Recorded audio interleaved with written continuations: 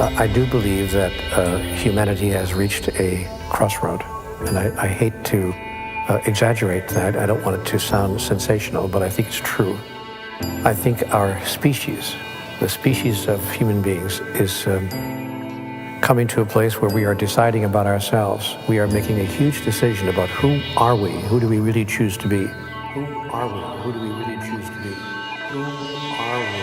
Who do we really choose to be?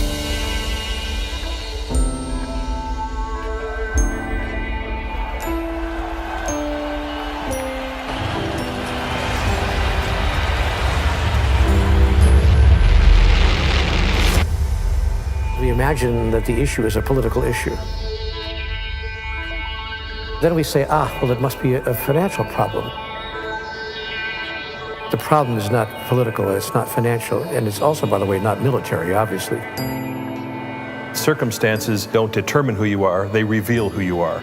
And the world that we live in now, the circumstances are changing so rapidly that we're being revealed.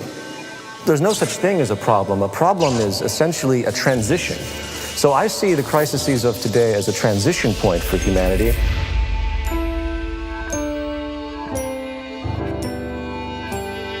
Look down on the human drama and discern through your critical faculties what's going on without judging it. Just discern what is this human drama about right now, and what role can I best play in it.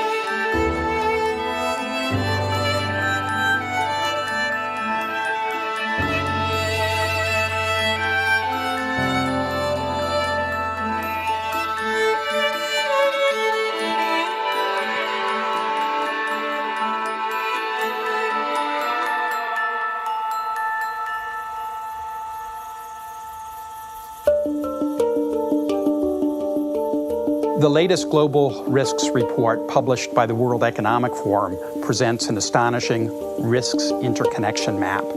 It clearly reveals how all global risks are interrelated and interwoven, so that economic, environmental, geopolitical, social, and technological risks are hugely interdependent. A crisis in one area will quickly lead to a crisis in other areas. The interconnection and complexity in this map, compared to our surprise at the impact and speed of the recent financial crises, illustrates the discord that exists between all systems we've built and shows just how disconnected we've become. Our attempts at managing these systems are fragmented and simplistic, and not up to the challenges that we face today. The way we use natural resources is based on our economic system, which is closely related to our social values, which directly affect our psychological and emotional systems and all our actions. What we see in the world is a reflection of who we are. You cannot separate what's happening in the world and what's happening within people. So we're not just in crisis in politics or in economics. Human beings are now in crisis with themselves. When I studied biocybernetics, it was a wonder to see that the more we delve into nature, the animal kingdom, plant life, ecosystems, we see that everything is interconnected through reciprocal actions, some of which we understand, some of which we still don't. But now, human society is also becoming so integrated that it's like a single closed system that encompasses the entire globe. The crisis we're facing now is actually very unique. We are all closed together in the same system, and we can no longer do whatever we want in it. World leaders, presidents, have lost the ability to manage the people.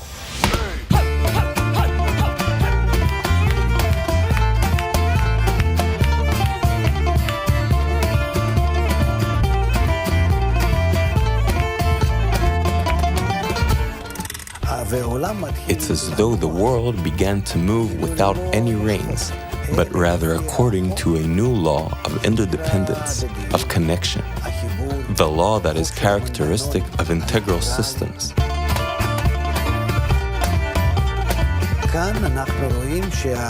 And here we see that world leaders, first of all, they can't even make decisions, whether it's G8 or G20.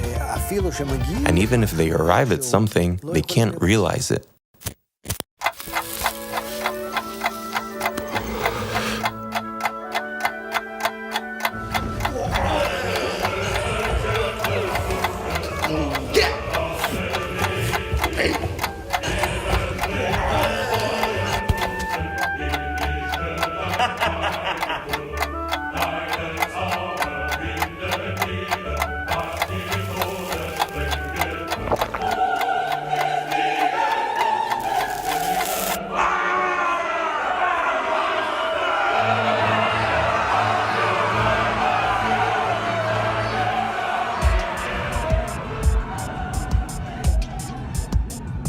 In science, we started as Newtonian physicists, and we started pretending like we are machines. That was the worldview for some time. That changed with biologists coming along. Biology gives a different view of the human being altogether. Biology says that, well, we are machines, but we are machines with competition, with survival in mind. And we fight for our survival, we compete.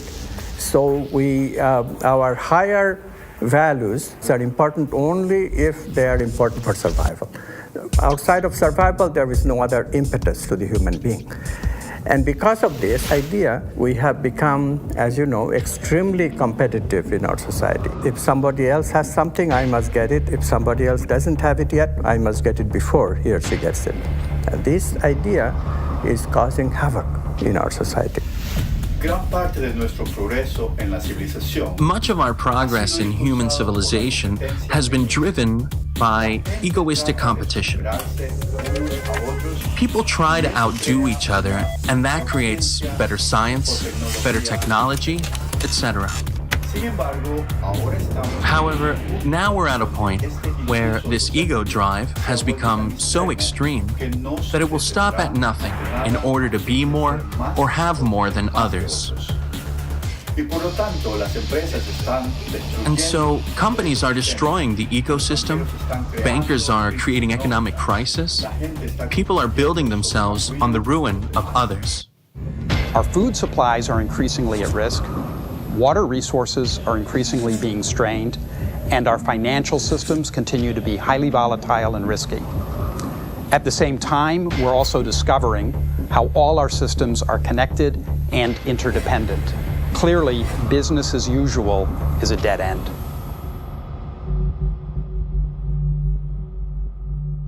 In the previous days and times, we've been involved, not exclusively, but largely, in the process of individual survival. How do I get through the day? How do I get through the week? How do I get through the month?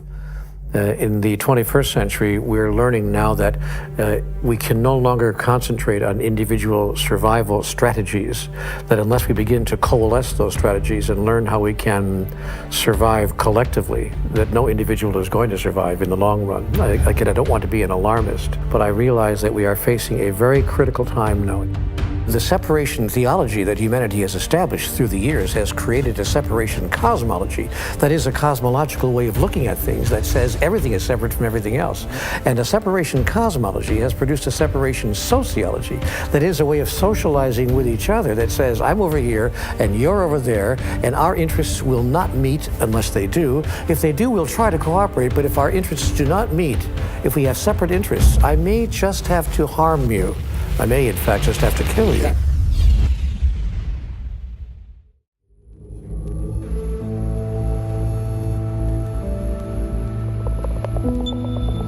There's an old story, the grandfather who's speaking to his grandson in the lodge, and the grandson comes in and says, I had a dream last night. In the dream, there were two wolves inside fighting, and one was a black wolf and one was a white wolf.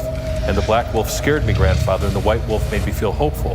Which one will survive? And the grandfather said, the one you feed the most. And so to me, that is the nature of humanity, the nature of humans, is we have both. Which one we're going to feed the most is the one we're going to see in the world.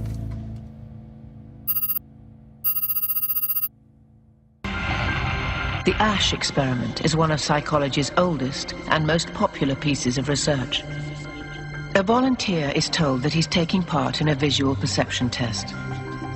What he doesn't know is that the other participants are actors, and he's the only person taking part in the real test, which is actually about group conformity. Please begin. The experiment you will be taking part in today involves the perception of line length. Your task will be simply to look at the line here on the left and indicate which of the 3 lines on the right is equal to it in length. So, for example, if you... The actors have been told to match the wrong lines. The volunteer will be monitored to see if he gives the correct answer or if he goes along with the opinion of the group and gives the wrong answer. In the first test, the correct answer is 2. 1. 1. 1.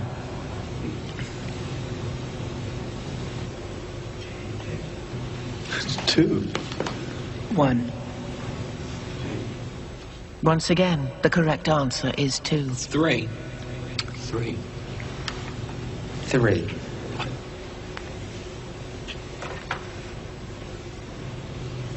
3. 3.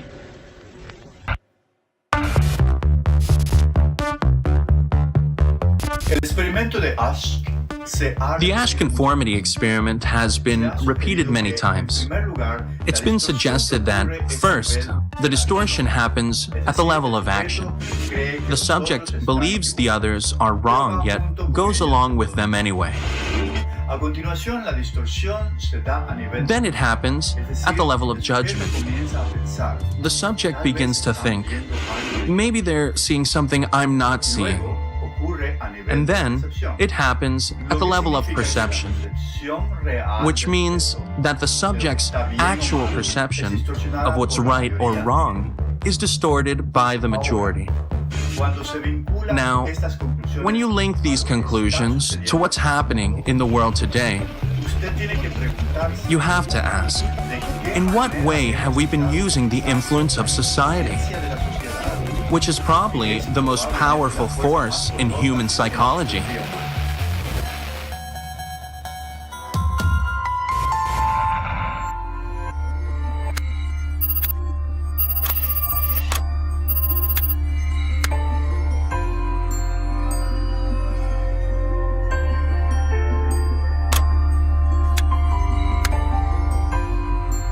Over 40 years ago, I was cloning stem cells, and one of the first experiments just so blew my mind that it really changed the whole course of my education and my life. I put one stem cell in a culture dish all by itself, and that stem cell divides every 10 to 12 hours. After about a week to 10 days, I have thousands of cells in the petri dish, but what's most important is all these cells are genetically identical to each other.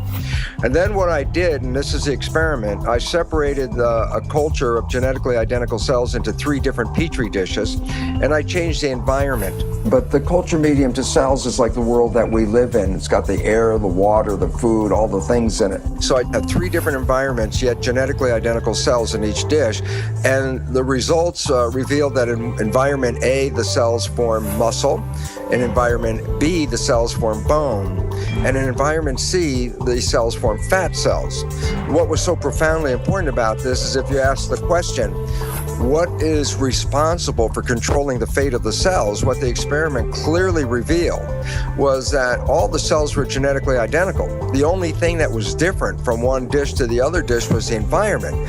So while at the time I was teaching medical students the conventional story out of the textbook, the concept of genetic determinism, that genes control our fate and our lives, my experiments revealed a completely different story, and that was, it was the environment that was primarily responsible in shaping the behavior and genetics.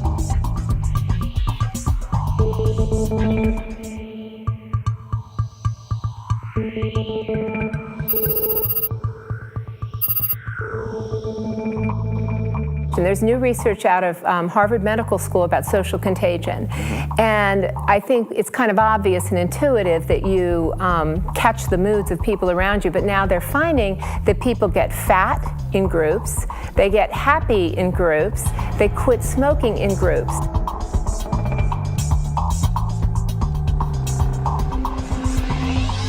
Nicholas Christakis and I have been very fortunate to find a resource in the Framingham Heart Study that we never imagined we could find. They were asking people for 32 years, who are your family members? Where do you work? Where do you live? And most importantly, who are your friends? For the first time, now that we have data like this, we are able to get a bird's eye view of networks like the networks that you live in. We had some validated measures of various emotions, including happiness. And what we attempted to show, and were able to show, is that my happiness depends not just on my own actions and thoughts and behaviors, but also on the actions and thoughts and behaviors of the people to whom I'm directly connected, my friends, siblings, spouses, neighbors, coworkers, and so forth, and the people to whom they are connected, and the people even to whom they are connected.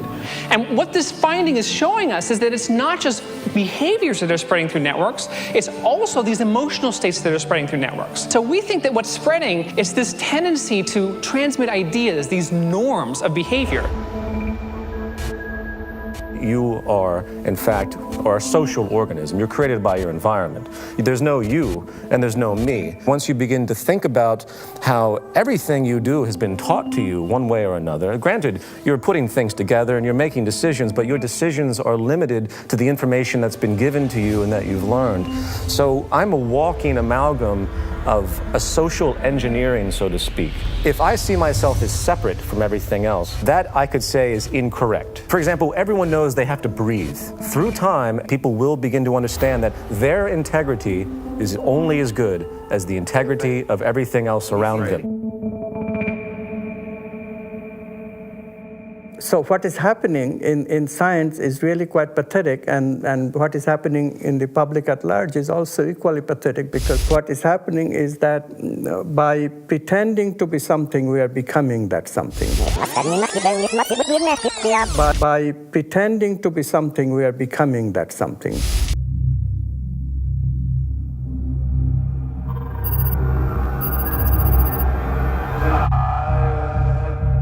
I began to feel that I was losing my identity, that the person that I call Clay, the person who put me in this place, the person who volunteered to go into this prison, because it was a prison to me, it still is a prison to me. I don't look on it as an experiment or a simulation. It was just a prison that was run by psychologists instead of run by the state. In 1971, today's well-known psychologist, Philip Zimbardo, decided to examine what would happen if you take perfectly normal and healthy young students and create a prison-like environment within Stanford University and tell them, for the next 2 weeks, some of you will act as prisoners, and some of you will act as guards. One day into the experiment, a riot broke out. The guards began humiliating the prisoners. They used physical punishments. Some became extremely sadistic. The prisoners began to have emotional breakdowns. Some had to be removed from the study early, and after only 6 days, the experiment had to be completely shut down.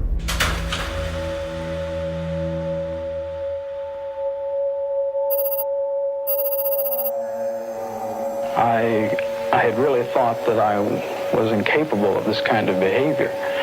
I was surprised, even I was dismayed to find out that I could really be that I could act in a manner so absolutely unaccustomed to anything I would even really dream of doing. And while I was doing it, I didn't feel any regret. I didn't feel any guilt. It was only afterwards when I began to reflect on what I had done that this behavior began to dawn on me, and I realized that this was a part of me I hadn't really noticed before. By pretending to be something, we are becoming that something. By pretending that we are mindless matter, we are just material and that's it, we are excluding the finer aspects of life. We are excluding the finer aspects of our experience.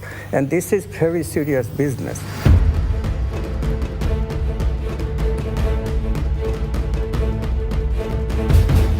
If you take Darwinian theory, which says that we're in a competition and we have to compare each other as to where we fit, and you mix that with a Newtonian vision from physics that the primacy of the universe is found in the physical structure. And then you put those two together and you say, well, how do you know where you fit in the Darwinian world? And the answer is, how much material do you own? And so, evolution of humanity since Newtonian times was to extract the material from the planet so that we could have possessions. And that the possessions then were a reflection of where we stand in the hierarchy. If you're very low in the hierarchy of human life, you have nothing. If you're very high in the hierarchy of human life, you have money and possessions and houses and toys and all these things. So then you say, well, then who suffers from all this? Well, there's great suffering at every level, whether suffering in the physical planet or in the human civilization, there's suffering all over. In order for me as a human to prove my hierarchy, I have to extract the material from the planet. So what do? I mine the planet. I rape the planet of all of its possessions so that I could hold in my hand this chunk of gold and say, see how much I am worth, where is your gold?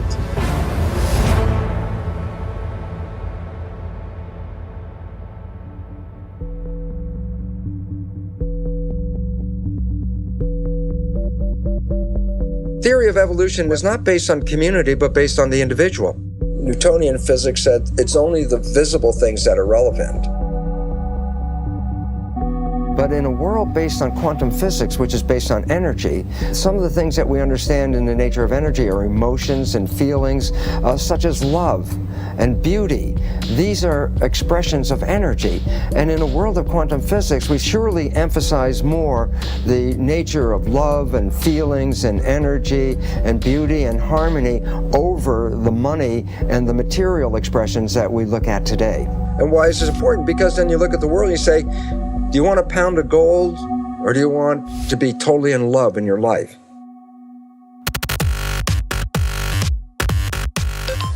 This is a painting known as The Supper at Emmaus. And in the 1940s, when it was thought to be painted by Johann Vermeer, it was worth millions of dollars. It was perhaps literally priceless. It was in Holland, and it was one of the most renowned paintings in Europe. People would travel through Europe to see it. Until one terrible day when it was discovered that it was not painted by Vermeer at all, but by the great forger, Van Meegeren. In other words, it was discovered it was not this painting, but that painting. And all of a sudden, its value dropped to nothing. How you taste something is critically affected by what you believe you're eating. And this shows up in all sorts of ways. One nice finding involves children. How do you get children not just to eat their carrots and drink milk, but after they have the carrots and milk, to report that they tasted good, better than your normal carrot, better than your normal glass of milk? It's actually terribly simple to do this. This was done in a study a couple of years ago.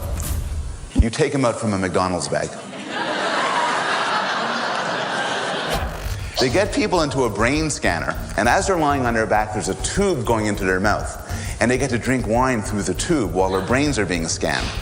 Above them is a screen where they can read information about the wine that they're drinking. Everybody drinks the same wine. If they think they're drinking the cheap stuff, they'll report, it doesn't taste so good, and they have a low-level neural response. If they think they're drinking out of a $200 bottle, they say they love it, and the pleasure centers of their brain light up like a Christmas tree. This is John Cage's work.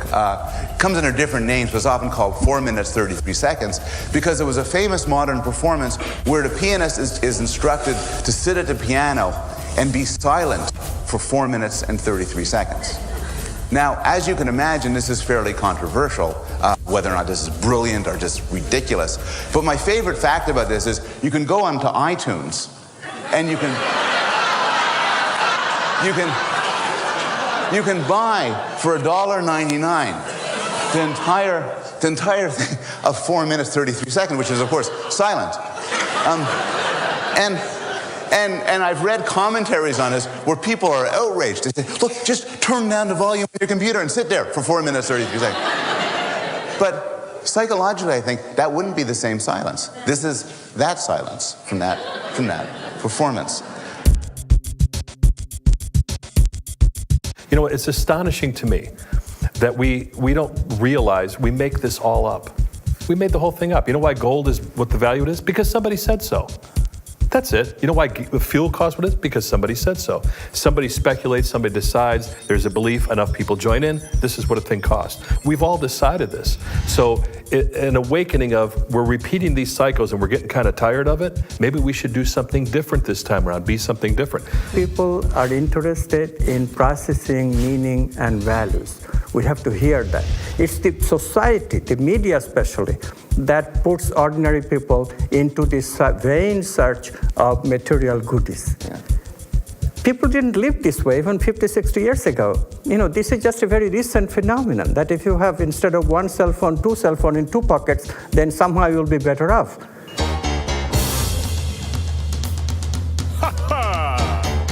Right. I'm the king of excess. I'm the sultan of sales. I'm the boss of bargains. My credit cards, they never fail. I got a 700 something on my beacon score, which means I don't own a thing and I can buy even more. I'm a buffet eating, tablet reading, lovable guy. I get the best of the best that my money can't buy. It's a wonderful life. It's a wonderful life with my red-headed wife. It's a wonderful life. The average U.S. person now consumes twice as much as they did 50 years ago. Ask your grandma. In her day, stewardship and resourcefulness and thrift were valued. So how did this happen? Shortly after World War II, these guys were figuring out how to ramp up the economy. Retailing analyst Victor Lebeau articulated the solution that's become the norm for the whole system. He said, our enormously productive economy demands that we make consumption our way of life, that we convert the buying and use of goods into rituals, that we seek our spiritual satisfaction, our ego satisfaction in consumption. We need things consumed, burned up, replaced, and discarded at an ever-accelerating rate. Advertisements and media in general plays a big role in this. Each of us in the U.S. is targeted with over 3,000 advertisements a day. We see more advertisements in 1 year than people 50 years ago saw in a lifetime. And if you think about it, what's the point of an ad except to make us unhappy with what we have? So 3,000 times a day, we're told our hair is wrong, our skin is wrong, our clothes are wrong, our furniture is wrong, our car is wrong, we are wrong, but it can all be made right if we just go shopping.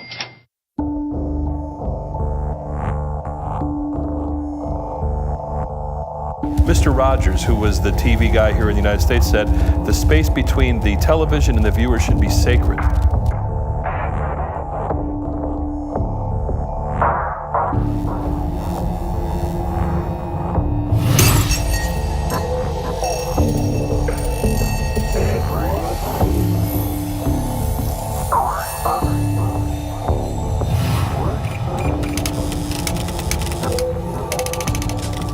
It comes down to money. If they can sell it, if it helps humanity, I don't believe that the make or break point for anything that's done in the media, for the most part, 99%, is about the influence on the consumer. It's about, can we sell it? And if they could sell it and it's good for you, they'll sell it. But if they sell it and it's not good for you, they'll sell it anyway. In my world, I think that matters greatly on the impact of the listener because it changes their lives one way or the other.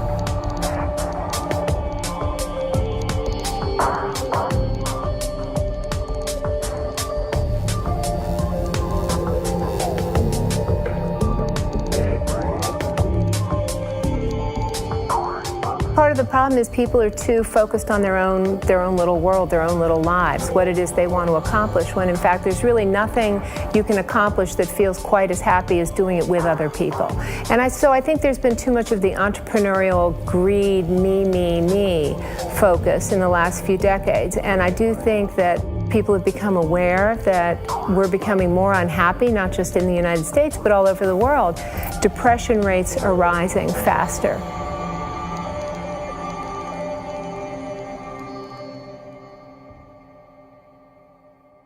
I don't know that people are always aware of it until you ask powerful questions.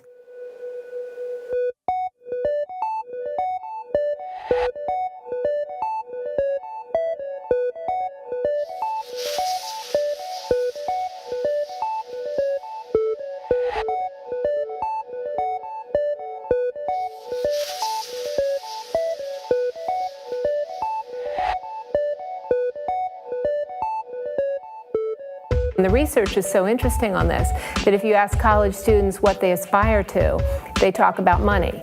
But if you ask them what the best thing was that happened to them in the last month, they mention experiences with other people. They never mention possessions. So on an intuitive level, people do understand what it is that brings them joy, but sometimes they have to find out the hard way.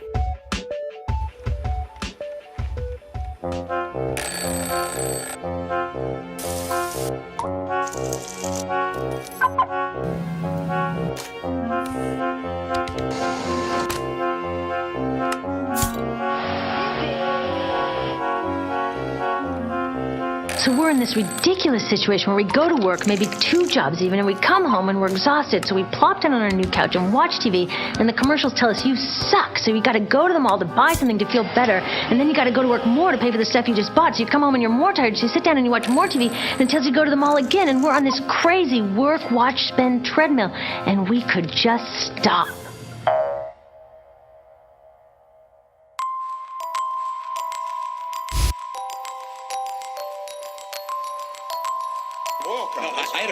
I had a question, and the question was, how much did you cut them by?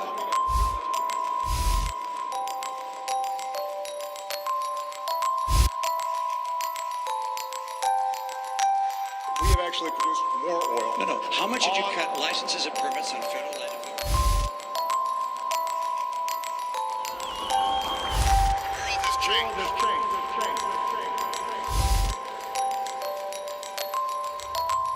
We must change with it.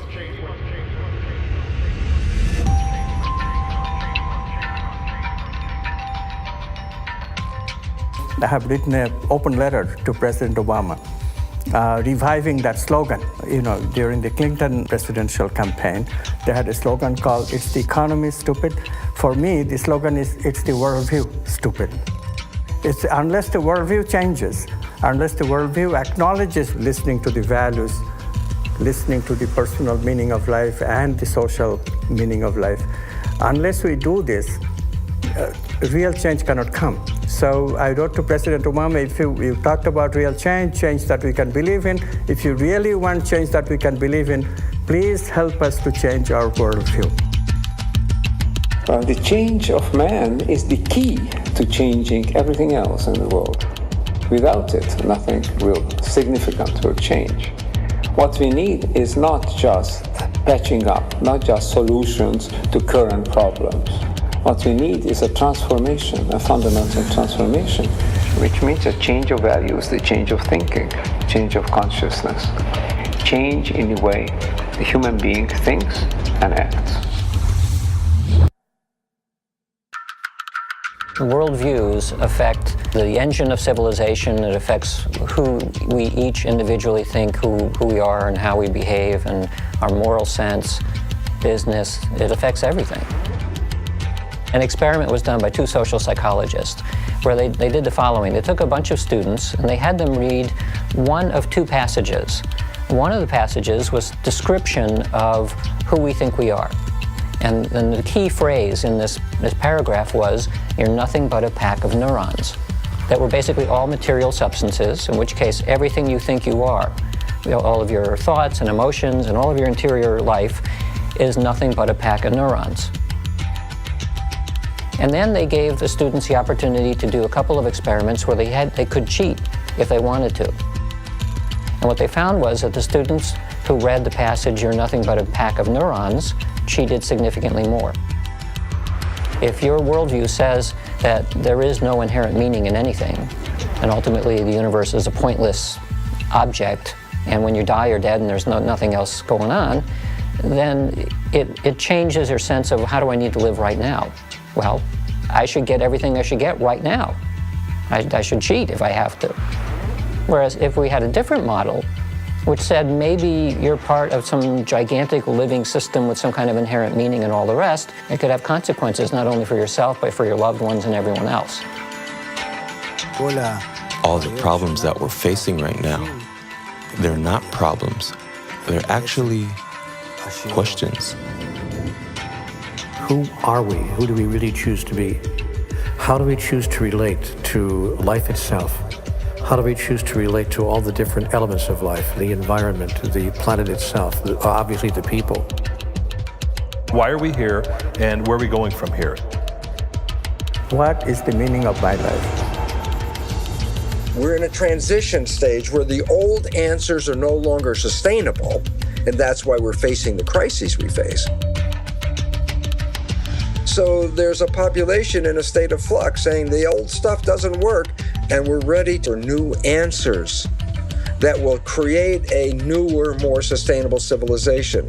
Simple point, the old civilization is no longer sustainable, the answers are flawed, new answers are in, and we're in the moment of taking those new answers and weaving a new culture that will support those answers and support ourselves. At this critical point in time, we have to redefine what it means to be human. We have to choose a new identity, literally choose a new identity, and recreate ourselves anew as a humanity. Recreate ourselves as a brand new kind of living organism, a brand new kind of species, and recreate the organism as a cluster, as a group, rather than as a scattering of single individuals. We have to change our thinking about who we are in relationship to each other. We've been living in a competitive society for too long, and the world we see is the result. The ego, the competitive ego. What we have to do is learn how to cooperate and drop the ego and realize again that if we have people in one country that are very poor and people that are very wealthy, the wealthy are going to have to get big armies and big fences to keep those other people out. It's not going to work with the divisions of society that we have today and the stratification.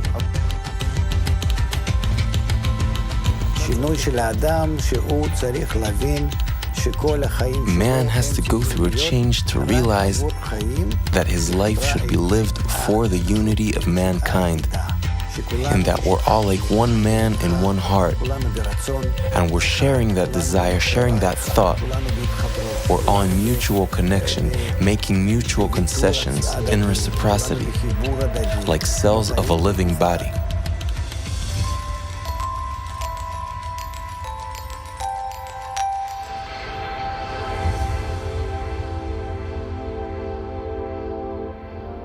It's so simple, but we make it so difficult, and it's these hard things, these challenges, these horrible things we see are there to urge us to be better than we are. And I think until we start seeing that, they will continue, no matter on all levels.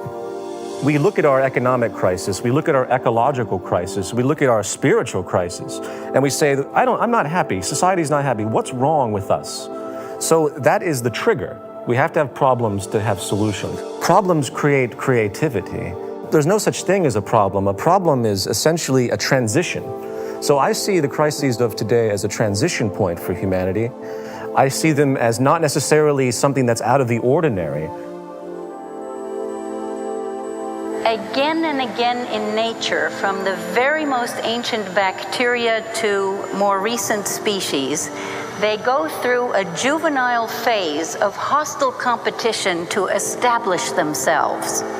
And then they discover the economics of cooperation. And when they find that it is cheaper and more efficient and more beneficial for everyone to feed your enemy rather than fighting them, then we are on the way to the new civilization we're all looking for. The wonderful part about nature being fractal is that we can use patterns in nature to understand other patterns that exist, because patterns repeat themselves. So now if you want to look at a pattern that's playing itself out on this planet right now that will give us insight about what is going on. So I say, look inside a caterpillar that's growing. And a caterpillar represents, let's say, 7 billion cells living under the same skin. Each cell is a citizen. And guess what? They're like people like us. They're working every day. Cells in the digestive system are taking the food and breaking it down and making products out of it. Some cells are the motility cells. Those are the cells that move the caterpillar around. The structures of like our highways with trucks and vehicles carrying materials all over the place, something like that. Cells of the immune system are taking their job of protecting the system. Respiration system is making sure fresh oxygen is being delivered. So all the cells have jobs. The caterpillar's growing. If you were in there and a reporter, you look around going, yeah, the economy is going great guns. It's growing every day. Everybody's working, full employment. This is the kind of thing we love to see. How much are we growing every day? Some percent every day. And then the caterpillar reaches a certain stage of growth. And at that stage of growth, it just stops eating. It can't take in anymore at this point. It's reaching a maximum size. Then if you're a cell inside that community, imagine what would happen. That you're on the job and all of a sudden there's less food coming in and you're a digestive cell and you say, well, man, the work is slowing down here. The factory is slowing down. Then all of a sudden it gets to such a low level that many cells get laid off of the job. Now their cells not working. Why? There's not enough food coming in to keep them all working. And as the food shuts down, then the other jobs are affected because if there's no food, then there's no energy, and all the systems start laying off cells, and pretty soon there's massive chaos under the skin of a caterpillar. Why? The systems stop growing, the cells are out of work, nothing is evolving, and the thing is falling apart. If you were a cell in that caterpillar body at that time, you would look around and say, oh my God, our world is coming to an end. And yet, in the midst of those billions of cells, in among them are other cells genetically identical to them, no different. But they think differently. They respond to the signals differently. These cells have the interesting name called imaginal cells. And these imaginal cells come up with new visions. And what happens is, in the midst of all this chaos, when all the other cells are running around thinking the end of the world is coming, the new imaginal cells are laying out new ideas, new visions, a new plan, a new scheme, a new way of life. And around these ideas, the cells reorganize and they start to create new massive organizations to create something much more fabulous than the previous system. A system that is much more sustainable, a system with a higher level of evolution. And that system they're constructing called the butterfly. So there's a transition from an old world of caterpillar with an old belief system and an old way of life that was no longer sustainable. And therefore, you have two choices in this world right now. You can retain your caterpillar status and go, oh my God, the sky is falling, and be in fear. Or you can say, the caterpillar is going, I want to build the butterfly. Why? Because if I become active and, positive in the process of building the butterfly, I'm engaged, I'm working, we're creating the future. If I sit there and bemoan the loss of the caterpillar, then I'm making myself sick and everything around me. Why? I'm not contributing to our evolution. And so, where are we? We're at the demise of the caterpillar stage of civilization and the rise of the butterfly. What we have to recognize is that all this crisis, etc., is not outside of consciousness. Mm-hmm. It is also inside of consciousness. Mm-hmm. There is a plan to this madness. Mm-hmm. If we look at biological evolution, all big evolution is preceded by a catastrophe. So this is evolution of the human being that is going on right now. From being overly concerned with the negative emotions and the rational mind to listen to the values. Love, beauty, justice, truth, goodness. We need to hear that. But how do we hear that without the pangs of suffering?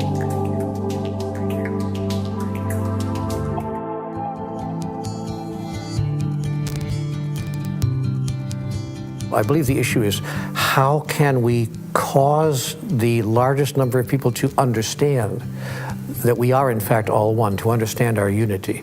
The environment has to be changed so that we are supported in a way where we respect each other, while our value systems have to understand that we cannot survive any longer through our logical reasoning with the competitive mentality that's been perpetuated for so many generations.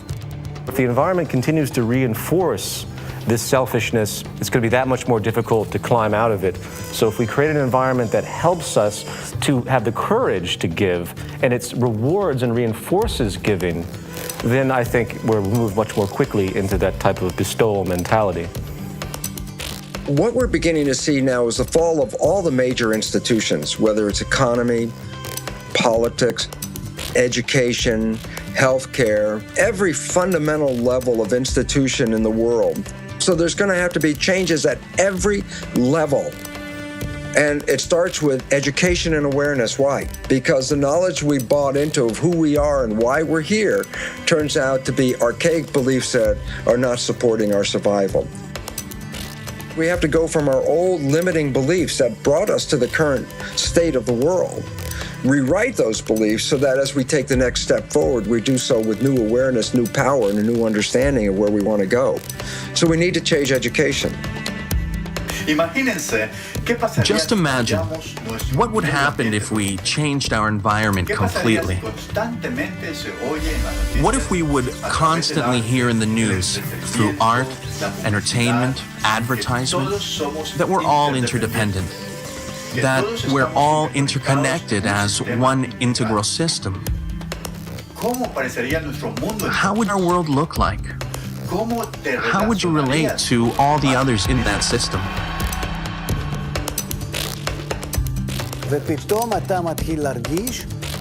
You would suddenly begin to feel that you relate to others as somewhat close to you. You will be less concerned about how do I exploit the other, how do I manipulate others, take advantage of them. You'd begin to see that the other person is somehow close to you. You'll have some affinity towards the others, like they belong to you. You'll start considering them just like you think about your children or your family. You take them into consideration when you think about doing something in life. You think, how will it affect them?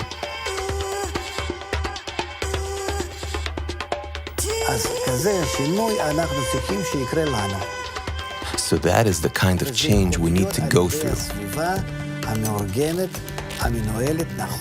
And it can happen to us through the proper environment that we create for ourselves.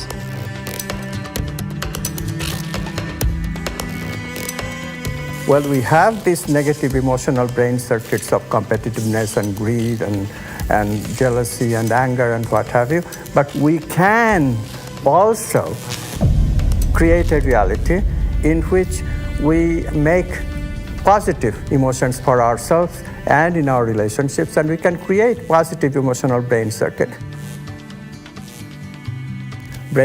that we have created by voluntary acts of loving, deliberately, by practicing. That will then mollify the negative emotional brain circuit so we can overcome our base desires.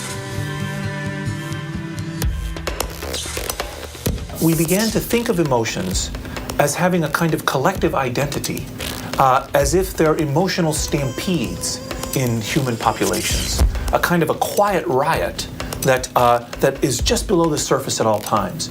Because when we mapped this network, we were able to find clusters of happy and unhappy people in the network, and we were able as well to show that happy people are able to influence others to become happy, and that happiness can spread from person to person to person to person. And it's this kind of view of the human superorganism that has really started to change the way we think about ourselves as human beings. We are connected. We are connected in ways that these other social species are, like schools of fish and flocks of birds.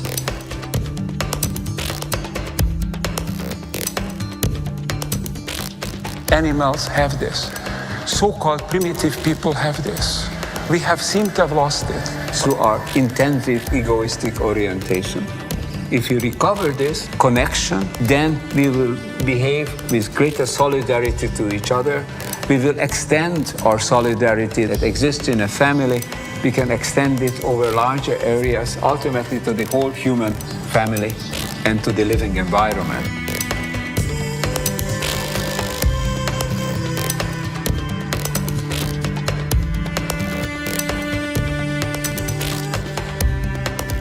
We can encourage people in all walks of life, in all kinds of organizations, to come to the notion of true global family and implementing the kind of world we really all dream of. What has increasingly been found is that the happiest people have vibrant social networks. They work hard at cultivating the relationships with other people. So it's the togetherness, the bringing people together that brings people the most joy.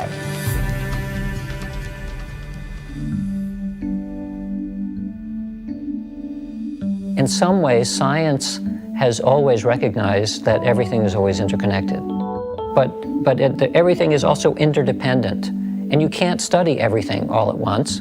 So science has been very good at sort of slicing up the world into little pieces and then diving deeply down each little piece, and that becomes a discipline. And it's very easy to forget that that piece actually is still connected to everything else. We conveniently forget it, which creates something which is ultimately a whole system, but it becomes fractured. And maybe that some small percentage of scientists are naturally drawn to this idea of how does the thing that I'm studying fit in a larger context? And so for scientists who think about that, they eventually get to the idea of, if they push it far enough, that the universe is really just one big thing. We ask the question, why are we here as human beings? The answer is then left to something as simple and disastrously bad as, there's no reason for us to be here. We're just accidents of genetics, and therefore we could do anything we want because we weren't intended to be here in the first place. So we have a pretty big disregard to our relationship and the world around us and the nature that we live in, because we believe that organisms just got here by accident. When you look at the planet Earth, you find that we live in a very narrow zone that supports life.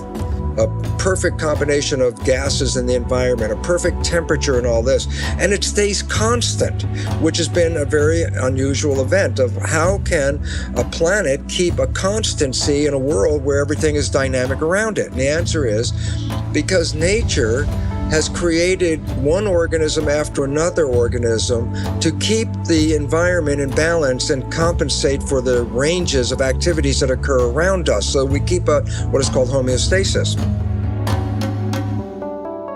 Very simple example is this.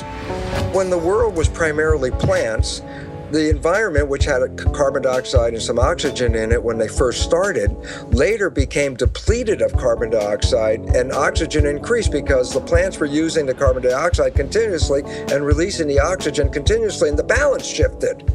And there was so much oxygen on this planet that the planet was flammable. So at times, lightning strikes would hit and burn up all the oxygen and burn up the planet. Life was not sustainable. So nature created a balance. And the balance was called animals. Animals breathe in oxygen and release carbon dioxide, which is the complete reverse of what the plants were doing. So why is this relevant? Because when you put animals and plants in the same environment, as the plants take in carbon dioxide and release oxygen, the animals take in oxygen and release carbon dioxide. This creates a cycle and a balance and harmony. So animal introduction was not just a random event. It was required to keep balance in. Now look at life as a seesaw that goes up and down. And I go like this. As I put one organism on one side, it throws the balance off and tilts the seesaw this way. So nature puts another organism on this side to bring the balance back. So I said, where are humans in this seesaw? And why is that important? Because humans have so much power that if we're not clear of what we're doing, we can take the seesaw and put a little weight on one side and shift the entire balance of nature. And then we have to learn to come back and shift the balance back again. Well, without our awareness of how we fit into nature, we lost sight of the fact that every other organism has been involved in keeping the environment more stable. We weren't to manipulate the environment.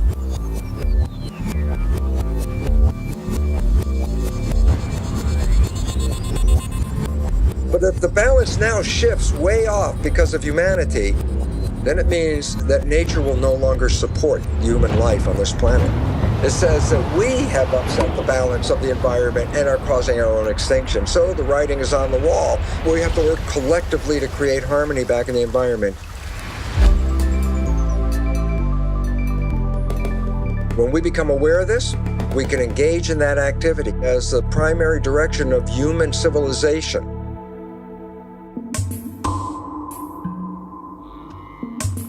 can we, as a global tribe, get our act together fast enough to be able to change our behavior, our collective behavior fast enough?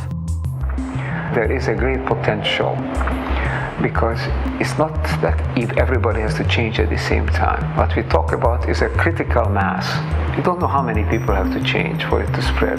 But the fact is that when people begin to think differently, begin to act differently, that has an effect on others, it spreads. Scientists at RPI have found that when just 10% of the population are deeply committed to an idea, their idea will always be adopted by the majority of the society. Now, what's interesting is their mathematical model shows that it's like a spontaneous leap. That is, below 10%, there is no visible progress. However, above 10%, the idea spreads like wildfire. I don't think it's going to occur first on the whole among the leadership, neither political nor business leadership. I think there are always exceptions, and there are very enlightened political leaders, the enlightened business people. But on the whole, these people have too much stake on the present system, and they are afraid of change, because their own base of power and wealth lies in maintaining the current system. So the change has to come from elsewhere. I don't think it can come from the very poorest people. The very poorest people, maybe 2 billion people in the world, try to survive somehow. They have to get the food and the housing and the job and the healthcare and the education that is a minimum requirement. We can't expect it from that, maybe 200-300 million people who are really the wealthy and the leading classes. It has to come from those who are in between, who have a choice, who are becoming increasingly concerned, and who know that something needs to be done, and the hope is that they will wake up.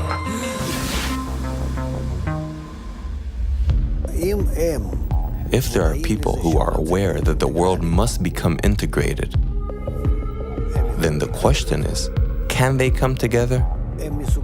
Can they make the initial step towards this? I think the problem with global crises is that from each individual's point of view, it becomes difficult to know what do I do about it. When I say my ego and transform my ego, it's an illusion. How can I transform my ego when I'm dependent on so many other egos?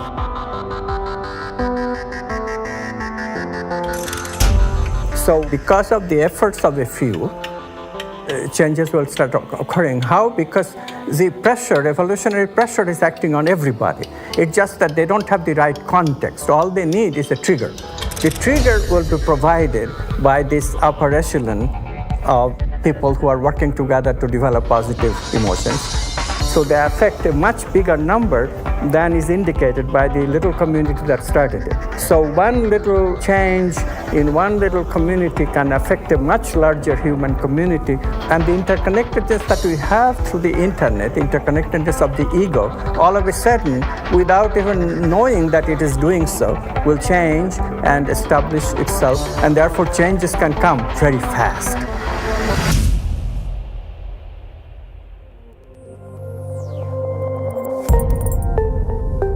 The basic idea is that there's this vast fabric of humanity stretching endlessly into the distance. I'm connected to you and you to others on out endlessly.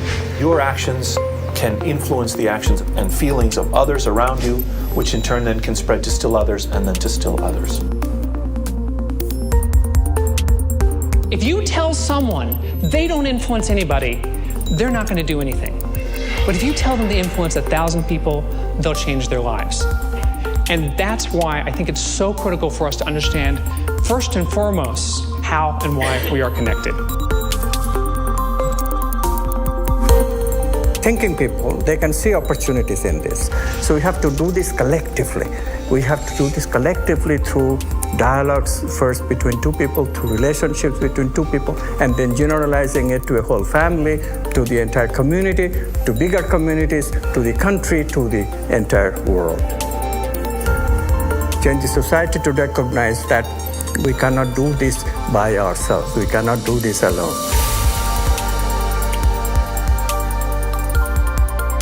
it's actually very simple what we have to do. It's just getting people to identify with it and see the benefit of what that offer is, the offer of working together, and how cataclysmically better life will be, right? Materially and spiritually. So. The lack of connection between people causes all the sadness in the world. No question about it. We are at crossroads, and it's not going to be decided by fate. It's not a destiny. We are at a point where the future of humanity is going to be decided by how people think about it today and how they behave. Awareness, awakening, these are the key terms. We have a chance to change. One thing we have to recognize is that to change is no longer a question whether or not. Change is coming. The only question is whether it's coming unexpectedly and abruptly on us so that we can't do much about it, we become victim of it, or whether we can anticipate it, create those major changes that will bring about a better future. And that is the unprecedented task of the generation now living.